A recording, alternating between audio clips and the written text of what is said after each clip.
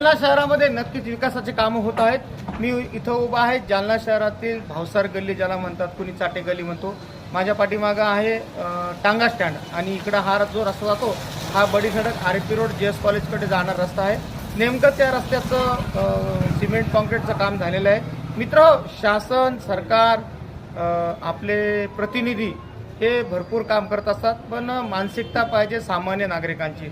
जसं आज हा रोड बनलेला आहे, आज दिनांक आहे 16 जून 2024। मित्रांनो, तुम्हाला हा जो रोड दाखवला हा नेमकाच बनलेला आहे, परंतु काय असतं ना की रोडचं शासन बनवून टाकतं, पण नागरिक हे पाईपलाईन खोदायसाठी किंवा ड्रेनेज लाईन खोदायसाठी काही ना काही कारणास्तव हे रोड फोडतात आणि त्याची डागडुजी तशीच राहते। तर नक्कीच सामान्य नागरिकांनी सुद्धा प्रशासनाला सहकार्य केलं पाहिजे।